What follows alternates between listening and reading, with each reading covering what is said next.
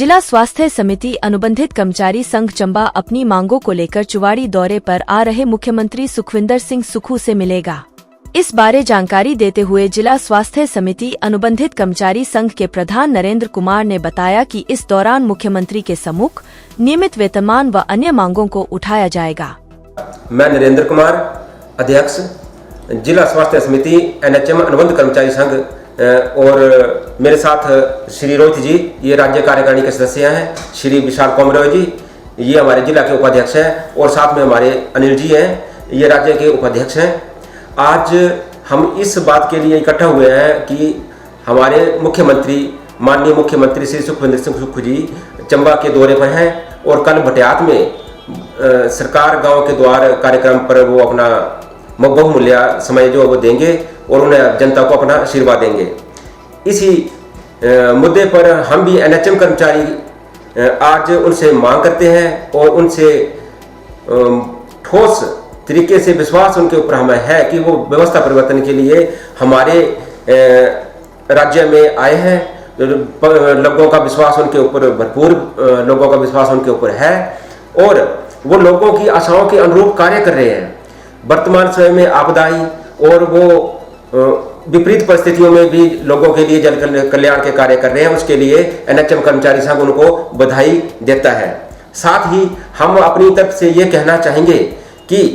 NHM कर्मचारियों के लिए सरकार ने, इसी कांग्रेस सरकार ने 2016 में एक नोटिफिकेशन जारी की थी, कैबिनेट डिसीजन पारित किया था कि इन्हें नियमित किया जाए, लेकिन विभाग ने कुछ अज्ञात कारणों के वजह से उन्हें ना तो लागू किया, उन्हें ना तो जो हमारी राज्य स्वास्थ्य समिति के लिए जो गवर्निंग बॉडी होती है ना उसमें लेके गए, उसमें पारित नहीं किया, और हमारे जो भी कर्मचारी हैं वो उस लाभ से वंचित रहे हैं। आज हमारा कर्मचारी ठगा सा महसूस कर रहा है, और इसी जो नोटिफिकेशन हुई थी कैबिनेट डिसीजन, इसी का लाभ लेते हुए जो ई गवर्नेंस है, मनरेगा है, जो अन्य सोसाइटी विभागों में है, एसएससी है, उन्होंने इसी नोटिफिकेशन का लाभ लेकर जो है वो नियमित पे स्केल आज के समय में ले रहे हैं। और जिसका जीता जाता उदाहरण जो भी आजकल के मेडिकल कॉलेज है, वहां पर रोगी कल्याण समिति का जो स्टाफ लगा हुआ है, उन्हें नियमित वेतनमान इसी नोटिफिकेशन के तहत ही दिया जा रहा है। और हमारा कर्मचारी जो हमारे लिए नोटिफिकेशन हुई थी वो आज भी उसके लिए वंचित है। आज एनएचएम का कर्मचारी सरकार से मांग करता है कि हमारे जो भी नियमित वेतनमान है उसे जल्द से जल्द हमें लागू किया जाए। हम जितनी बार भी मुख्यमंत्री महोदय से मिले हैं, मुख्यमंत्री जी ने हमें अपना भरपूर प्यार और स्नेह के साथ हमें कहा है कि आपका कार्य हम जल्दी करेंगे, लेकिन जल्दी के चक्कर में ऐसा हो रहा है कि हमारे कर्मचारी जो है वो पिछले 20 या 25 वर्षों से कार्यरत हैं, और 20-25 वर्षों कार्यरत होने के कारण आज वो स्थिति आ गई है कि हर वर्ष 2-4 कर्मचारी हमारे सेवानिवृत्त हो रहे हैं, और आने वाले 4 साल के बाद ऐसा होगा कि हर साल या हर महीने जो है वो कोई ना कोई कर्मचारी सेवानिवृत्त होता रहेगा। तो मेरा सरकार से आग्रह है कि वो बिना लाभ के खाली हाथ घर जा रहे हैं, ना उन्हें ग्रेजुटी मिल रही है, ना उन्हें पेंशन का कोई भी लाभ नहीं है। जब पेंशन होती है तो सरकारी कर्मचारी, जहाँ एक तरफ कर्मचारी खुशियां मनाता है, हमारा कर्मचारी जो है वो एक दुख के साथ जो है वो बाहर जा रहा है। बिलासपुर में हमारे एक एसटीएस अनिल महाजन करके एक रिटायर हुए हैं, और वो भी खाली हाथ गए हैं। अब उनके पास रोजगार का कोई साधन नहीं है, और वो बिना साधन के खाली हाथ घर बैठे हैं, और मतलब चिंता सता रही है कि अब वो क्या कार्य करें जिससे परिवार का भरण पोषण कर सके। 30 अप्रैल को कांगड़ा से हमारे एक साथी जो है नगरोटा सूर्य ब्लॉक से सेवानिवृत्त हो रहे हैं, तो वो भी खाली हाथ जाएंगे। मेरा सुखविंदर सिंह सुक्खू जो हमारे मुख्यमंत्री हैं, उनसे विनम्र निवेदन है कि इस हमारी जो लिए जो सेवानिवृत्ति का लाभ है, ग्रेजुटी है, अन्य लाभ है, वो दिया जाए, और जल्द से जल्द हमें नियमितीकरण का तोहफा जो है वो दिया जाए। अब नियमित करते हैं हमें, तो सरकार के ऊपर मैं ये कहना चाहूंगा कि कोई भी वित्तीय बोझ जो है वो नहीं आएगा।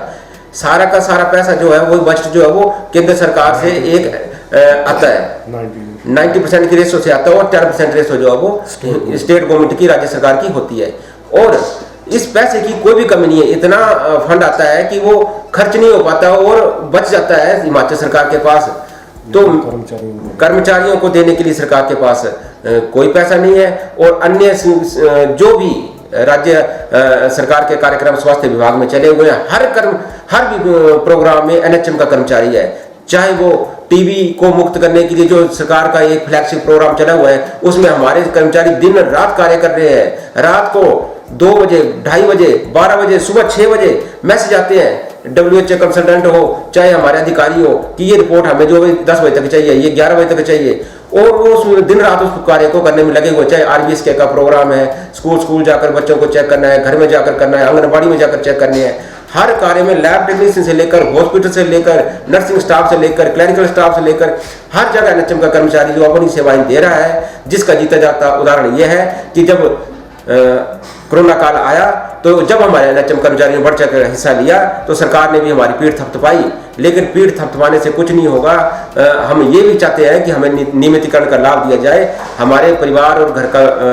खर्चा आराम से चले, जिसके लिए हमें किसी की भी चिंता न रहे। इसके साथ ही मैं कहूँगा कि हमारे राज्य के उपाध्यक्ष श्री विशाल कमरे जी, वो भी अपने कुछ विचार हैं तो वो कहें। मैं विशाल कमरे, राज्य उपाध्यक्ष NHM अनुबंध कर्मचारी संघ हिमाचल प्रदेश। तो जैसा कि मेरे बड़े भाई नरेंद्र ने पहले आपको बताया कि हमारा NHM का एम्प्लॉई जो है विभाग में कई वर्षों से अपना अभूतपूर्व योगदान विभाग के कार्य में दे रहा है,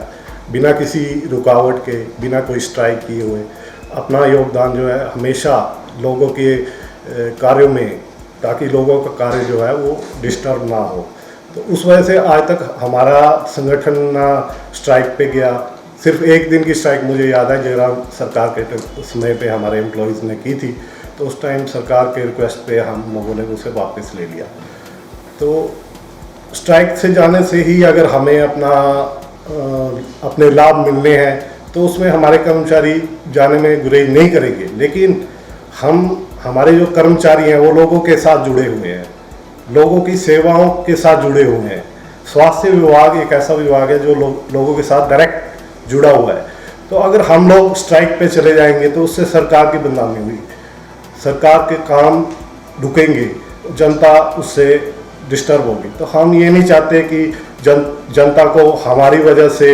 या सरकार को हमारी वजह से कोई परेशानी झेलना पड़े या हमारे ऊपर सरकार को कोई कार्रवाई करना पड़े, तब जाके ये काम होंगे। तो इसलिए हमारा यही निवेदन है। कल हमारे माननीय मुख्यमंत्री सुखविंदर सुक्खू जी बटियात में आ रहे हैं, तो हमारे कुछ कर्मचारी प्रतिनिधि उनसे मिलेंगे और हमारी यही गुजारिश है कि जो हमारी वर्षों पुरानी मांग जो हमारे मुख्यमंत्री, पूर्व मुख्यमंत्री राजा वीरभद्र सिंह ने नोटिफिकेशन की थी, उसे जल्द से जल्द लागू किया जाए, जिससे हमारे कर्मचारी आज भी वंचित हैं और अदर डिपार्टमेंट के जो SSA हो गया, ई-गवर्नेंस हो गया, उसी नोटिफिकेशन के आधार पे लाभ ले रहे हैं, वही लाभ हमारे कर्मचारियों को भी दिया जाए।